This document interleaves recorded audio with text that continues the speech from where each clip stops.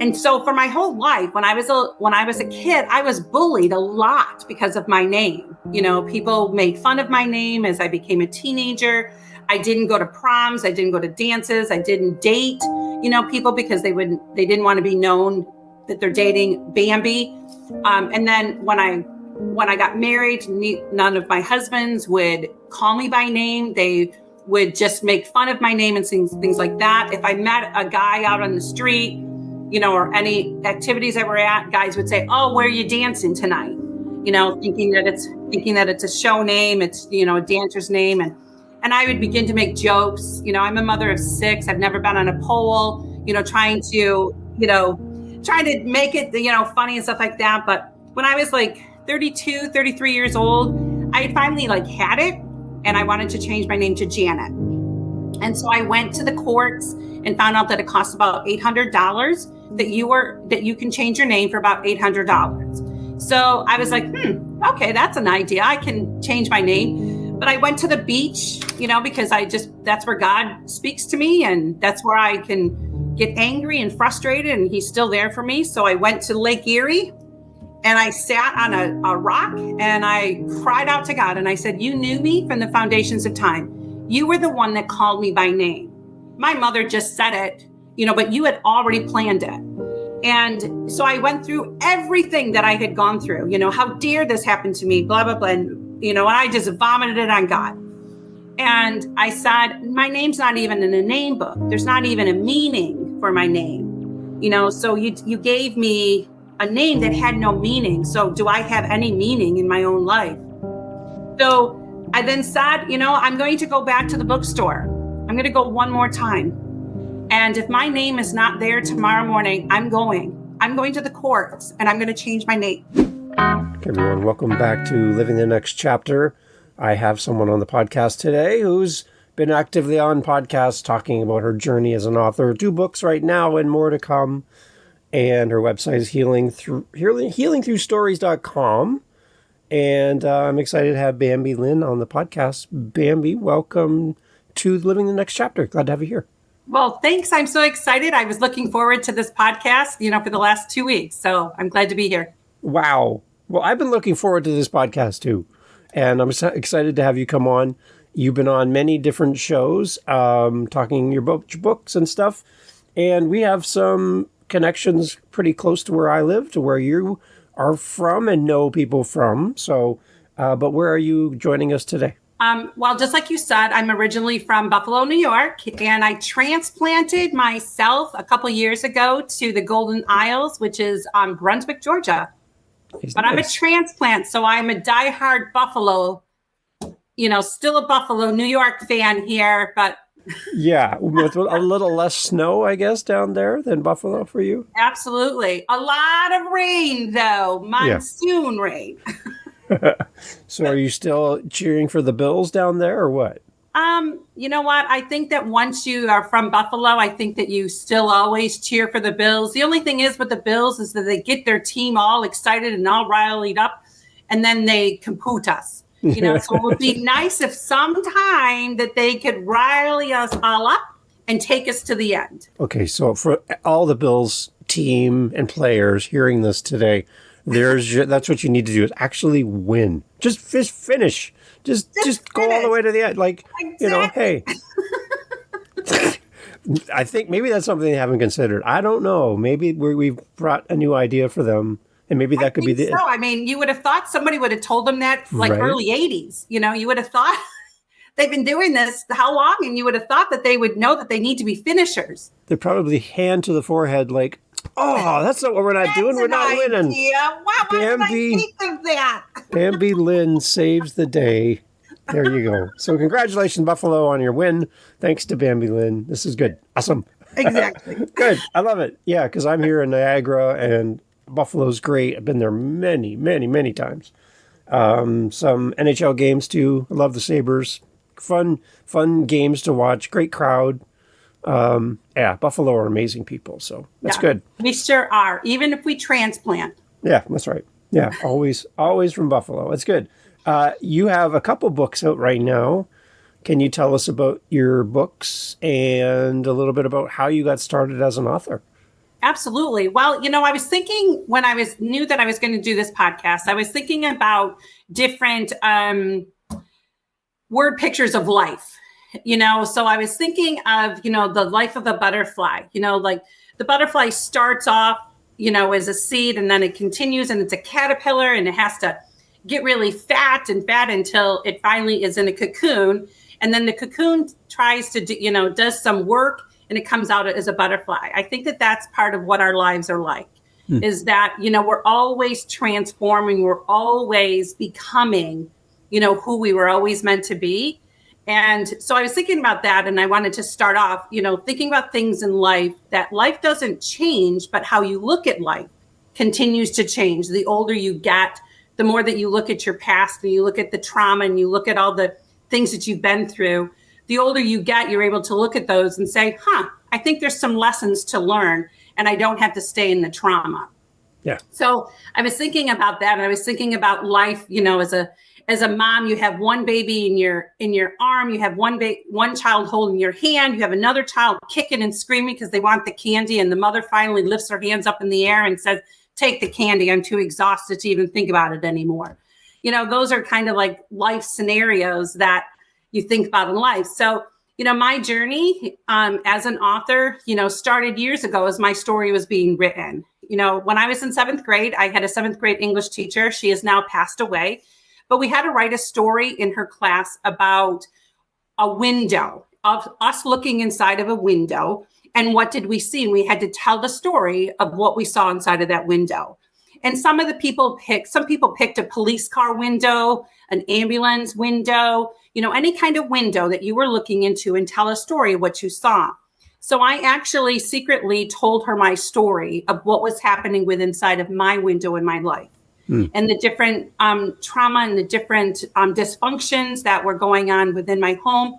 I told my story thinking she would never guess it was my story. Just, it was just a window, because that's what we were told to do, just a window.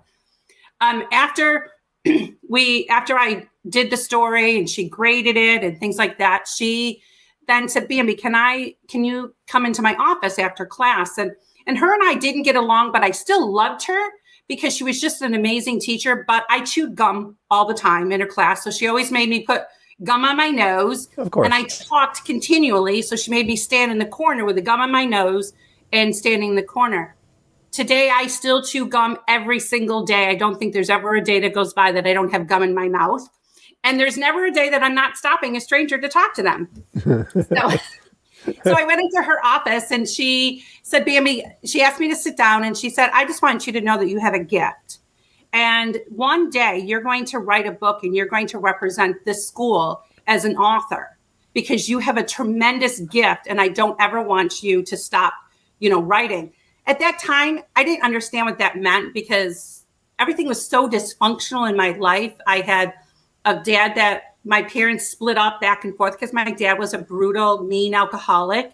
Didn't get sober until he left my mom, and stuff. And there was some sexual abuse in my family by my grandfather. And things were just turmoil. So I didn't understand when somebody spoke into your life until years later, when I had friends that kept telling me, Bambi, you have a gift. You can write with such compassion, and you captivate an audience and things like that.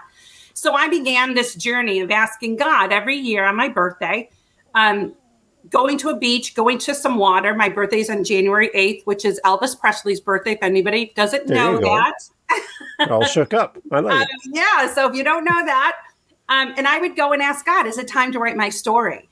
And every year he said, no.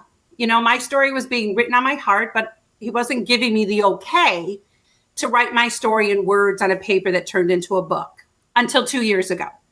I went to Jekyll Island in Brunswick, Georgia. And I sat and I said, God, is it time to tell my story?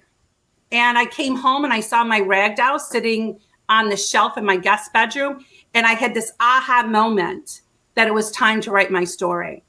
And that God had been writing my story for 54 years, but now was the time for me to put it into words. And it took me 3.5 weeks to just write my story, because it took me 54 years to live it.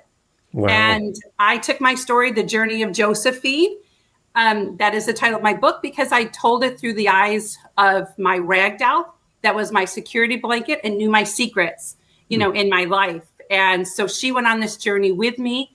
And that's why I titled the book, The Journey of Josephine. And when I published it on June 9th of last year, I also entered it into a contest, a writing contest. And I won first prize on my cover. And I won second on my writing ability inside of my book. So that was my first book that I wrote. And it has become a story of itself. And I tell people all the time, people ask me, Bambi, why'd you write your book? Why'd you write it? And I tell them all the time, I wrote it for you.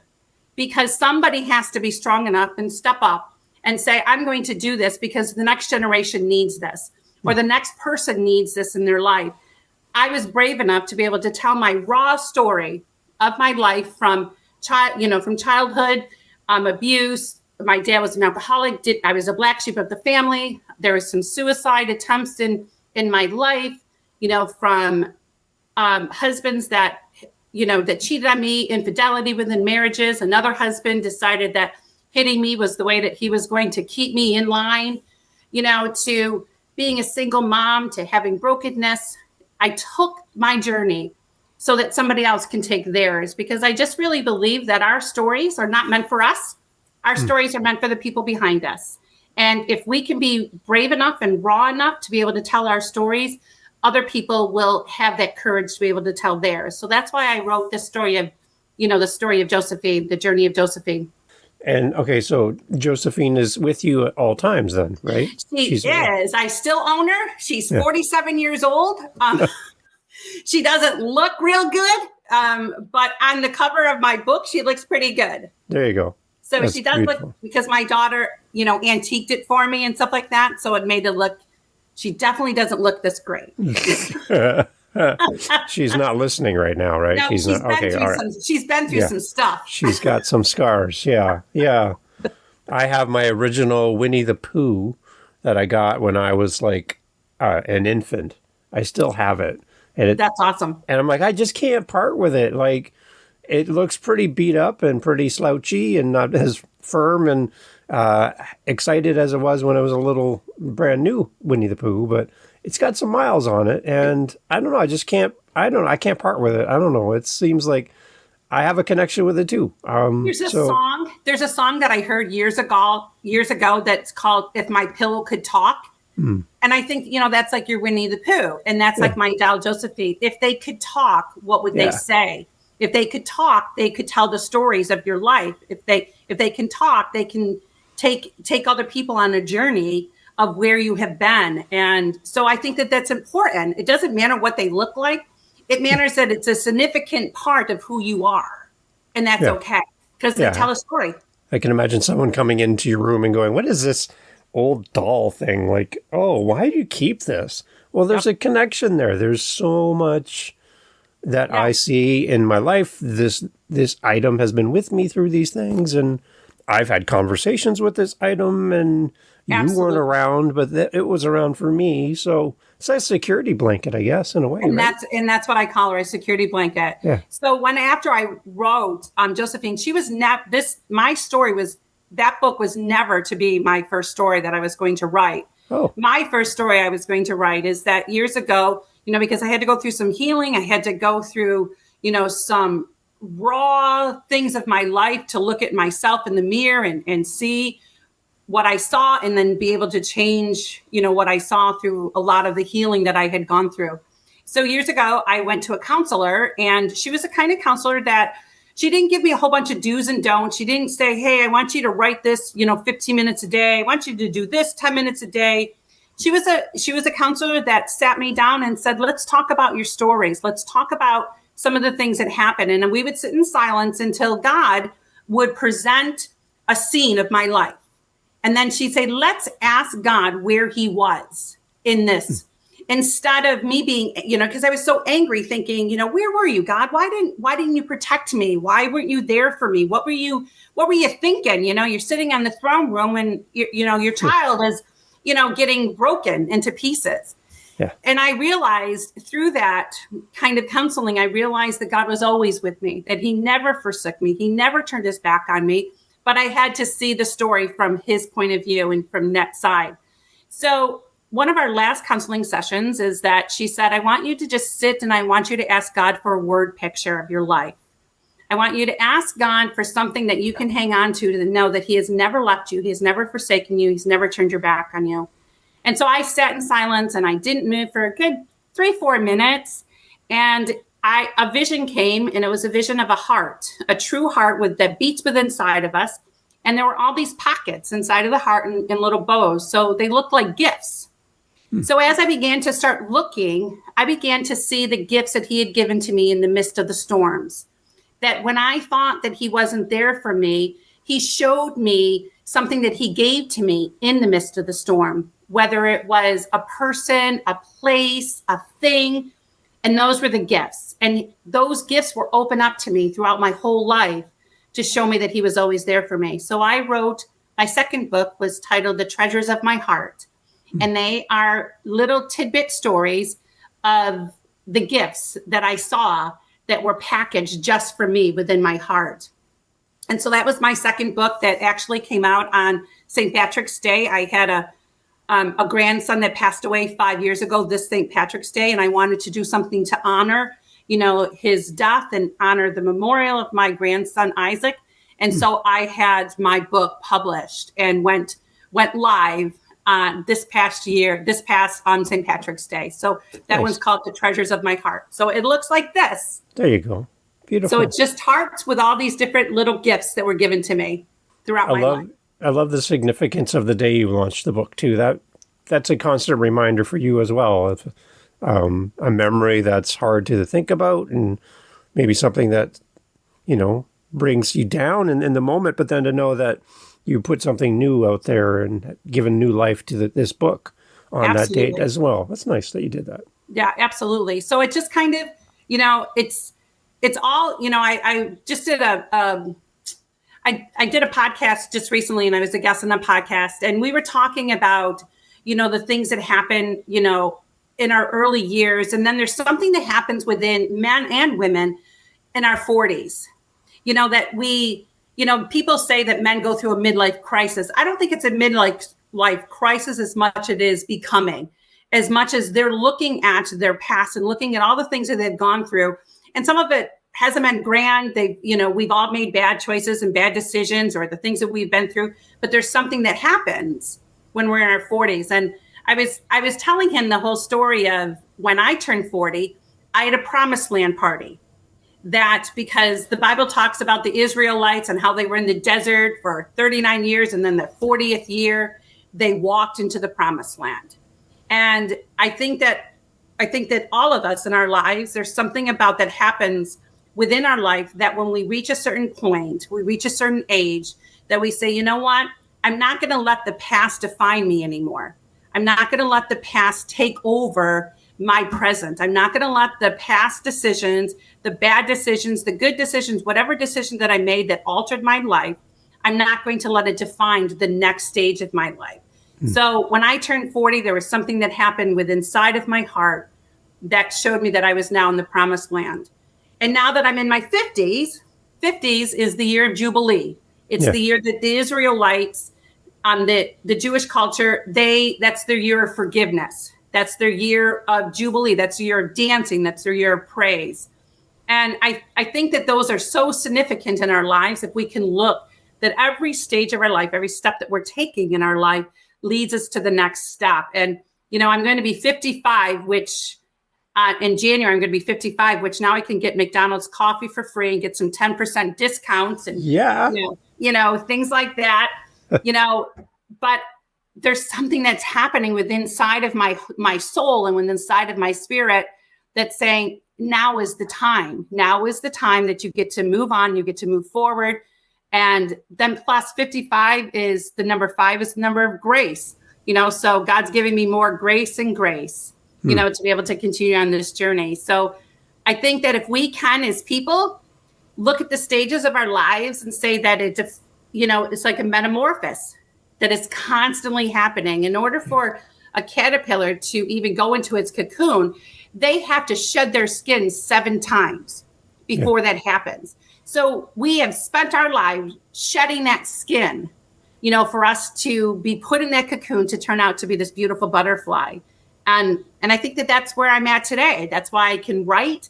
That's why, I've done, these as guests on podcasts and been able to share my story and be able to share, what's happening in my life. It's because I have finally know that I am becoming. Nice. And I don't have to look back to the past. The future is so bright. And so, I just encourage that to listeners that don't take any step for granted. Right. Because the next step leads you to the next step and to the next step. And really look to the people that have gone before you and realize that they were placed before you because their lives are going to be used to teach you. And then your life is going to be used to teach somebody else's. I love the reference back to butterflies as well, and caterpillars, because when a caterpillar is transforming into a butterfly, it's not like they have everything except the wings, and somebody brings them the wings at the end of the process and gives you the wings, right? Everything they needed to become a butterfly is included in the caterpillar, right? Everything they need, it's all there. It's just a matter of going from one to the next, right? And you don't need anything from anyone else. It's built right into who you are as a caterpillar, that your journey and your destination is to be that butterfly. So absolutely, we have everything we need in us now, even as we transform, to be that thing, that person we want to become, right? Without any additional things coming from an outside source, we have everything we need. It's all inside of us already. Absolutely. And if we can look, I tell women all the time, I want you to get up in the morning and I want you to look in the mirror every morning and say, I have survived everything that has happened to me, and I have become my own hero within me. Mm-hmm. Because I think that that's so important, is that I am still living, no matter what has happened to me, no matter what I have been through. I am still living every single day and being able to see the reflection in the mirror of myself and be able to say, I am my own hero. You are the first hero in your life. When we're looking for we're going, oh, Superman's my hero. The police officer's my hero. My mommy's my hero. No, you are your hero. Yeah. You are the one that has the cape on, that you have survived. You are the one that was able to walk through that trauma and come out of that. You are the one that had life burn you up. Yeah. And now you're in ashes, but yet those ashes turned into beauty. And if we don't go through the fire, we cannot come out as gold. Gold is the strongest metal. It's because it's gone through the fire. Mm-hmm. And that's who you are. And if people could realize that and know that, wear your crown. I tell women all the time, fix your crown, because you are the daughter of a king. Fix the crown. You don't need to have it walked around, slanted. Fix it, because you are royalty, and everything you have gone through has made you who you are today. Yeah. And rejoice in that. Don't give that up. You talk about the experience as a child of having someone speak into your life, your teacher, and you didn't get it really in the moment. You didn't really understand what was happening, but now in hindsight, you understand that moment was really important. Have you had the opportunity now as an adult to speak into the life of someone in your world? Now you're the teacher doing that same thing to someone else. Have you had the opportunity to speak life into somebody? Well, I am a mother of 6. So, so that's, all of my children are adult children now. And I do have 13, grandchildren. I have 12 living grandchildren. I did spend 27 years homeschooling my children. So I was able to be the one that laid the foundation, for their lives, for them to, go out and to become something. I was very, very careful on the words that I spoke, over their lives, because I knew that those words that we speak into people's lives, a lot of times those are who we become, and it's so detrimental when you don't speak life into your children. I remember one of my daughters, they went out to a girlfriend, went out to their friend's house, and they came home, and, she was like 5 or 6, and she goes, Mommy, they swore And I'm like, they did? And she goes, yeah, they swore. And I said, can you tell me what they said? And she goes, Mommy, I can't say it. And I said, can you whisper it in my ear? And she said, Mommy, they said the word brat. They called their daughter a brat, my friend a brat, because that was a word we did not use because I didn't allow people. My kids laugh about it today. I have identical twin boys. And people would always say, oh, my goodness, double trouble. And I go, oh, no, double blessing, that they were my double blessing, because I just believe that those words that you speak, that's what they become. Yeah. And so I am definitely somebody that used words of affirmation. That was my love language for a lot of years. I realized I read this book called The 5 Languages of Love. Yeah. And words of affirmation was definitely something that I needed in my life. But I realized it was because I was so broken and so hurt that I needed those words spoken in life. But I realize now that each one of those gifts, each one of those 5 love languages that they call them, I needed them all in different times in my life, so it wasn't just, oh my goodness, I'm just a words of affirmation person. And that's who I think it just depends on the condition of your heart. Now I'm more of a quality time person, that I want quality time with somebody. Words of affirmation are great, but I can speak life to myself now because I'm not broken anymore. It's interesting that our default setting on sayings like double trouble and stuff like that is always kind of to the negative. It's not to the positive as a default. Like when you hear people talk about the KISS principle, keep it simple, stupid. I'm like, wait, that's not very nice. How about keep it super simple? That's better than keep it simple, stupid. How about super simple? Isn't that better than stupid? Like, why do we have that word in there? That doesn't build you up. That tears you down. So yeah, I totally agree with you. I totally agree. And words have life. Yeah, and meaning. I think about that, since we're talking about that, I think about my name. A lot of people are probably wondering, oh my goodness, is that really her real name? Is she really named Bambi? And so for my whole life, when I was a kid, I was bullied a lot because of my name. People made fun of my name as I became a teenager. I didn't go to proms. I didn't go to dances. I didn't date, people because they didn't want to be known that they're dating Bambi. And then when I got married, none of my husbands would call me by name. They would just make fun of my name and things like that. If I met a guy out on the street, or any activities I were at, guys would say, oh, where are you dancing tonight?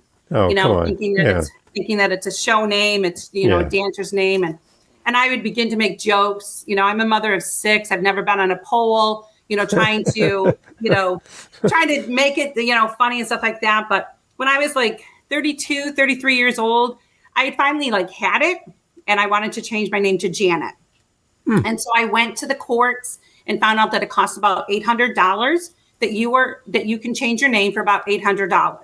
So I was like, okay, that's an idea. I can change my name. But I went to the beach, because that's where God speaks to me. And that's where I can get angry and frustrated. And he's still there for me. So I went to Lake Erie and I sat on a rock and I cried out to God. And I said, you knew me from the foundations of time. You were the one that called me by name. My mother just said it, but you had already planned it. Yeah. And so I went through everything that I had gone through, how dare this happen to me, blah, blah, blah. And, I just vomited it on God. And I said, my name's not even in a name book. There's not even a meaning for my name, so you gave me a name that had no meaning. So do I have any meaning in my own life? Wow. So I then said, I'm going to go back to the bookstore. I'm going to go one more time. And if my name is not there tomorrow morning, I'm going to the courts and I'm going to change my name. And nobody gives, I don't know who I thought I was giving God an ultimatum, but I had it. Yeah. So I went to that bookstore. I got the name books off of the shelf. I went to Barnes and Noble, sat there at the table, and now I'm afraid because I just gave God an ultimatum, what in the world? How dare me do this? But I sat there for a second, and my first name is Bambi, and my middle name is Lynn. So I looked up my name, and my name put together means holy child. Wow. And I was like, okay, God, I'm done. Have a great day. And I'm going to live, and I'm going to, I'm going to live with my name with honor and blessing. So my name is not pole dancer.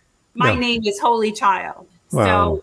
So, that God could show me that at that moment and at that time, that was a gift that he had given to me. That was a treasure that he had given to me, to realize, Bambi, every time somebody says your name, they're saying Holy Child, and they're announcing to the world and to the air that you are a holy child. Wow. So I advise people all the time, go look up your name. Go find out what your name really means. Yeah. Forget about what this world says you are. Let's see who God says you are, and look up your name, because your name has a meaning. Your name was your name from the foundations of time, and there's something special about your name, of why he called you that name. Okay, let's go back one more time to the teacher speaking words of life into you, and you didn't understand it in the moment. You just did that for the listener who's maybe struggling with their name or their thing, their story. You Absolutely. just did to the listener what happened to you as a child from that amazing teacher that you didn't even really get along with in the moment, right? You just did that for the listener today. So thank you for speaking life into us by just that story. Yeah, thanks. I appreciate that. And yeah, I think that if we speak more into people's lives, and call them forth into greatness, oh my goodness, what we could do with just a seed, just a seed of hope, what orchards we can build. I don't think that this is by accident that God has opened up opportunities for me to be able to speak on podcasts. It is not by accident. It is by design, and it's not by accident that it is now. Because I believe that it's such a time as this. It's kind of like the story of Esther. Esther in the Bible, she probably had her whole life ahead of her and everything ready, but yet the king wanted to find a queen. So all these women were forced, into the castle to get dressed up and to get beautified, to go to be with the king, to see whether he wanted her to be, and she was in Israel, and she was an Israelite. She was a Jew. She was an Israelite, but God used her for such a time as that to save her people. And I think that each one of us have a plan and a purpose for our lives. Nothing that we do, if we can find the why we were born, kind of like Simon Sinek, has that book, The Motivational Speaker, the why. If you can find the why of why you are here, you will move mountains. And then you'll never have to worry if you're in the right spot, if you're in the right time, if you're in the right moment, because now you know without a shadow of a doubt, you have been created for such a time as this. Growing up, did you ever have an affinity for the cartoon Bambi at all, knowing that was out there? Because one thing that comes to mind when I think Bambi is Bambi, the cartoon, was never really good on ice, kind of falling and stuff. And I'm being from Buffalo, I didn't know if you were really good at falling down on ice, because I'm terrible. I would just wipe out. Oh my goodness, problem. What an analogy. I never even thought about that, and when you think about the story of Bambi, she loses her mother. She has to go out and you have to remember, Bambi was a boy. Right. Which is another thing, is that here, most Bambis, there's, since 1960, there's been 6,842 of us that have been born that have been named Bambi. Only a Bambi would know that. And you know that, in this moment. Yes, of course. But none of them are boys. And if you look at this story, I guess I never even thought about the analogy or the word picture of Bambi, of, having to be alone. And I've spent a lot of time, not being wanted and being a black sheep and falling on the ice, absolutely, over and over again. But you know what? It's not the falling that matters. It's the getting back up and trying again. Yeah. And which is kind of cool. Bambi at the end of the story, Bambi's a buck, but he quote unquote, marries Faline, and they have twins, and I have twins. So it's kind of, there is a kind of cool, none of my children will name their children after me. So I went to Georgia. I live in Georgia, but I went into the Atlantic district of part of Georgia, and I work for the Nielsen TV rating. So I used to have to travel all over the country. Wow. And I went to the Cabbage Patch, the original Cabbage Patch hospital. And I purchased a Cabbage Patch for each one of my grandchildren, and all of their birth certificates say their name is Bambi Lynn. Of course. They won't name their children after me, so you know what? Then I'm going to name every Cabbage Patch. I'm done. Done. I did it. I achieved it. That's good. It's amazing. And the other thing too about Bambi had Thumper, right? Which is her best friend. Right, and you had Josephine. Yes. So there's a connection there too. So anyways, it's interesting. So yeah, my only one daughter. I have one daughter that, she's not my favorite daughter, but she's the most connected to me because I had her at 16. And so I had to grow up, with her. And she does have a tattoo of Bambi on her ankle for me. Oh, nice. So she'll get more money in the will. There you go. And all the other ones are like, dang, I need a tattoo now. Exactly. Mom's dying. She's on her deathbed. We're going to go to the tattoo shop. Yeah, I like it. So, okay, my podcast is living the next chapter. So I got to ask, how are you living your next chapter? What's coming up for you? Like down the road, Bambi? I'm writing my third book. Yep. I've written my third book and it's just an editing, the beginning stages. It's called The God Who Sees. It is the title comes from the story of Hagar, which she was the concubine of Abraham, and Sarah threw her out into the desert, and she was the one that got to name God, the God who sees, that he sees everything that we go through. So I've taken 29 different women of the Bible, and I've made each one of them more relatable in today. So like each story, there's a story of Moses' mother, Jochebed, how she had to give up her child. And so I talk about adoption and, in that aspect, there is a story of Tamar. Tamar was a girl that was one of David's children, but her brother was another of David's children, and her brother raped her. So I talk about the blended family, to be careful who you allow in your home and who you allow in your space. So there's all these different, stories that I have taken, and I have created them to be more relatable today. I didn't change the scripture. I just gave them a story. Yeah. That is my book that I'm working on now.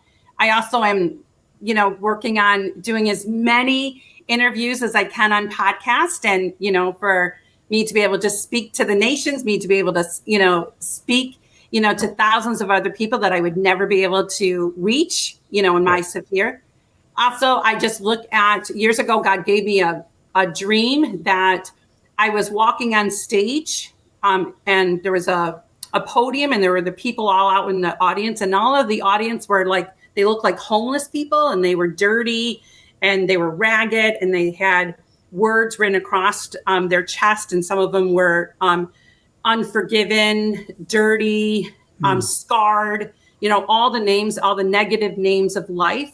And as I began to speak and began to give my testimony, their clothing changed. They were starting to look clean, and they were starting to sit up straight, and they had words, courageous, brave, forgiven, set free, the daughter of a king. So their clothing had began to change, and so had their names begin to change. So I'm seeing, where God's taken that dream now, where God has taken that vision that he gave to me years ago, on this journey of being an author, telling my story, captivating an audience, and being able to be somebody in somebody's life that sees their lives and sees the brokenness, but being somebody that is able to help put them back together, that my story will be used to bring people back together, and that they can also walk this journey of becoming who they were always meant to be. So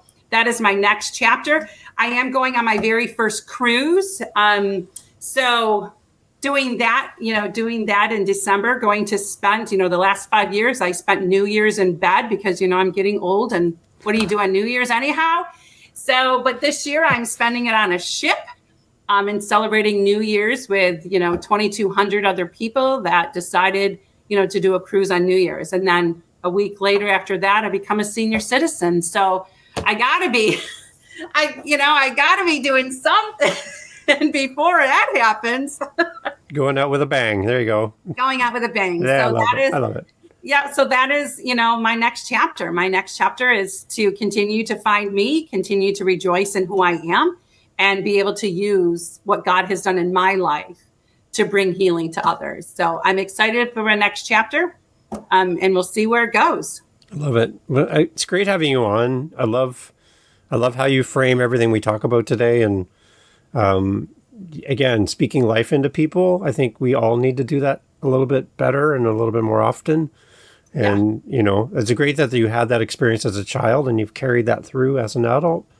And you did that you did that for us today. So I really love that you did that. Can you tell us about your website before we go? And I can. Where we can get your books and everything. Yes. Come on. Well, just like all authors, you can get my book on Amazon, guys. You actually can. But I would rather you get my books on my website called healingthroughstories.com. It's all one word, healingthroughstories.com. You can order my book. I have it on ebook. You can order my books on my website. And then you also can subscribe every week. I do write a story, or I also allow other people to tell their testimony and tell their stories on my website, because I just believe that there is healing through stories. The more that we see other people overcoming things, the more that we look and go, wow, I can do that. This past week, actually had a guest writer that she survived stage 4 cancer. And so she was able to tell her testimony and her story, because, people need to hear that. People need to hear that we don't have to be downhearted, when we get a diagnosis of something. So that is called healingthroughstories.com. And you can get both of my books on there. You can also go on Amazon, or you can also go to Barnes and Nobles or, Books A Million, and you can order, my books from there. I would love the opportunity, if there's anybody in the Georgia, Brunswick area that wants a guest speaker. I would love the opportunity, to be able to speak life into the people that are there. I would love the opportunity to be able to tell my testimony on what God has done. But absolutely go, to my website, healingthroughstories.com, and order my book, The Treasures of My Heart, and my other book, The Journey of Josephine. So order them and pass them on. And I just want to continue to speak life into you, and to know that God's got a purpose for your life. Stand in the mirror every day and call that forth, and know that you are the greatest hero. Put on that cape, put on that crown, and walk with royalty. There you go. That's how you end a podcast right there, everybody. Bambi, thank you so much for being on the show. Thank you so much for having me. I appreciate that. Hey, thanks for being here for the Living the Next Chapter podcast. So glad to have you as part of our family of listeners. There's a seat for you just here on Living the Next Chapter, and I'm so happy that you have listened to all the way to the end.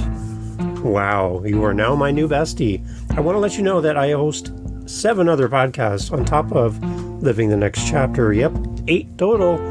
One of them is called the How To Podcast series. If you are thinking, you know what, Dave, this podcast thing seems like a lot of fun, well, I'll give you a secret. It is. It's a great, amazing, fun time where you can get to meet great people, get your word out there, promote your book, promote what your coaching program, whatever you're doing. Podcasting is great. And if you want to learn how to do this, what you're hearing right now, head over to howtopodcast.ca and look up the How to Podcast series on YouTube, whatever app you're listening on. You'll find me there.